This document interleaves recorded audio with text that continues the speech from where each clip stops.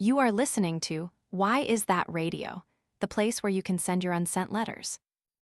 March gently knocks on our doors, carrying the delicate scents of blooming seasons.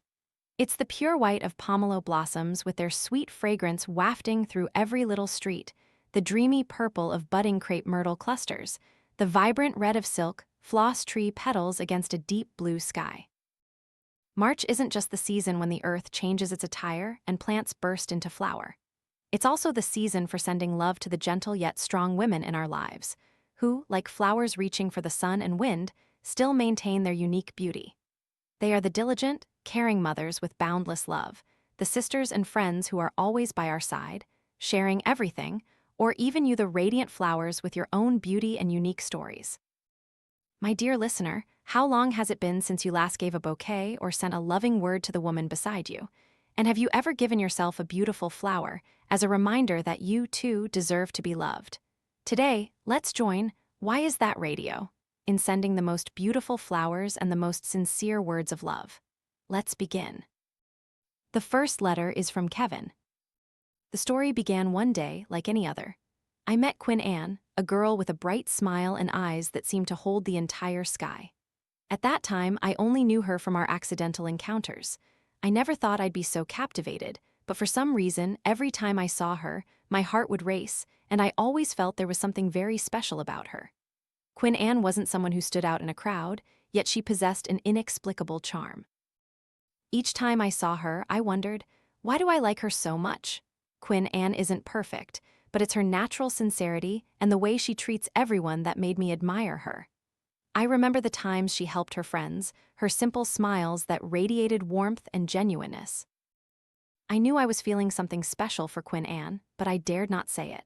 I feared that if I confessed, everything would change, and that made me even more anxious. I don't know if she feels anything for me, or if I'm simply fabricating these emotions in my heart. Even so, I wanted to send my story to this radio show to seek an answer for myself. Why do I like Quinn Anne so much? Is it simply an admiration for a good person, or is it something deeper that I haven't yet realized? The next letter is from Lily. To you, who once meant everything to me, I'm not sure what I was to you, but in those 5 years of our foolish, naive youth, you meant more than anything. You were the most beautiful colors in the otherwise black and white, flavorless canvas of my childhood. Even now, and forevermore, those blurred, fragmented images of you will always bring a smile to my face. I apologize. Those words should have been said 5 years ago. I have an endless list of regrets, and missing out on you is at the top. I wish you could forgive the mistake of a foolish young girl. I yearn for you to accept me as you once did. Even so, please just say that our memories held meaning for more than just me. I know clinging to the past is no good, and hoping for a broken mirror to mend is wishful thinking. Life's journey has its ups and downs, but sometimes I still miss you.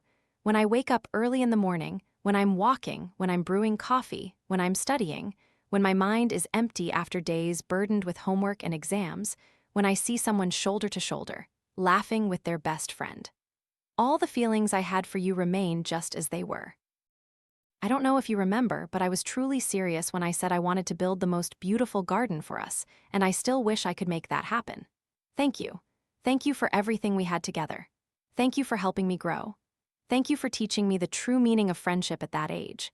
I send this to you, wishing that the best and gentlest things come your way, that the best people stay by your side until the end, and that you never have to be lonely again. The next letter is from Ivy. What was your grandmother like in your memories? When I think of my grandmother, I remember her figure sitting by the wood stove with white smoke curling up. I remember her voice calling me to wake up, the pots of braised fish and boiled sweet potatoes she cooked. I remember her thin, frail back as she went to the garden to pick black beans for me, her vegetable patches, and the evenings she spent in the fields catching crabs and snails. I remember her calloused hands and the wrinkles on her face that deepened with the years. Every time I recall these memories, I cry uncontrollably.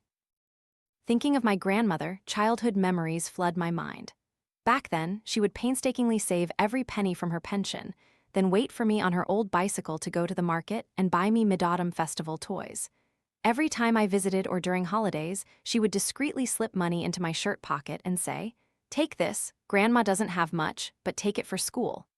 These things, though small, were the most precious treasures to me. Perhaps I have many joyful memories outside of this, but the summer of 2023 holds my saddest memory. That's when I truly understood how painful it is to lose someone you love. That afternoon, my grandmother fell due to a stroke, paralyzing one side of her face and making her unable to speak as before. At the time, I was also frantically preparing for my high school graduation exams. Every evening, I would sit and care for her with my mother, aunts, and uncles. 3 days later, under the scorching sun of that summer after school, I received many messages and calls from my cousin, saying, "Grandma is gone, Ivy." Reading it, my hands and feet trembled and my heart seemed to skip a beat. I walked down the street, crying loudly. I regretted not getting to see her one last time. There were so many things I wanted to do with her, but now it was too late. My younger cousin told me that before she passed, my grandmother's dying wish was for me to get into a national university, to get into a really good school. I didn't get into the exact school she hoped for, but my current learning environment is also very good, fulfilling part of her wish. I miss her so much. I want to see her in my dreams, but she only visited me once. She still had that familiar thin figure, sitting by the wood stove, smiling so brightly, then gradually fading away with the white smoke. I didn't even get to hug her in my dream before she quickly left. I always think that perhaps she is still here, still watching over me, seeing me grow, and still loving me, but in a different way. When I think of my grandmother, I just want to live forever with those memories. I want to send this message to those who still have their grandparents by their side. Life is finite. Visit your grandparents often while you still can. Treat them well before it's too late. The next letter is from Lily. My dearest Mom, in the busy days of a life filled with worries, I realize that I haven't had enough time or the opportunity to express what I truly want to tell you. Therefore, I decided to write this letter, hoping you can feel the deep love and gratitude I have for you. Since childhood, I've seen you pour boundless love into our family. You are the strongest, most resilient woman I've ever known. No matter how many difficulties life threw our way, you always smiled and encouraged me to keep going. Whenever I was tired, whenever I fell, you were the one who held my hand, giving me the strength to stand up again. I remember those early mornings when you would wake up before dawn to prepare meals for the whole family. Your love-filled food was always the energy that helped me start a new day full of vitality. In the late nights, when I was busy studying or working, you would quietly sit by, worried about my health, telling me to go to bed early. Mom, I know there were times when I made you sad, made you worried. I apologize for the times I didn't listen, for the moments I forgot your advice. But please believe that in my heart, I always cherish and love you immensely. Your love and sacrifice have helped me become the person I am today. Every time I look at the wrinkles on your face, my heart aches.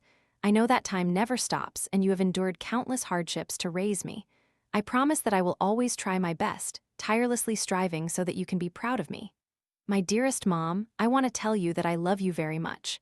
I hope you are always healthy and happy.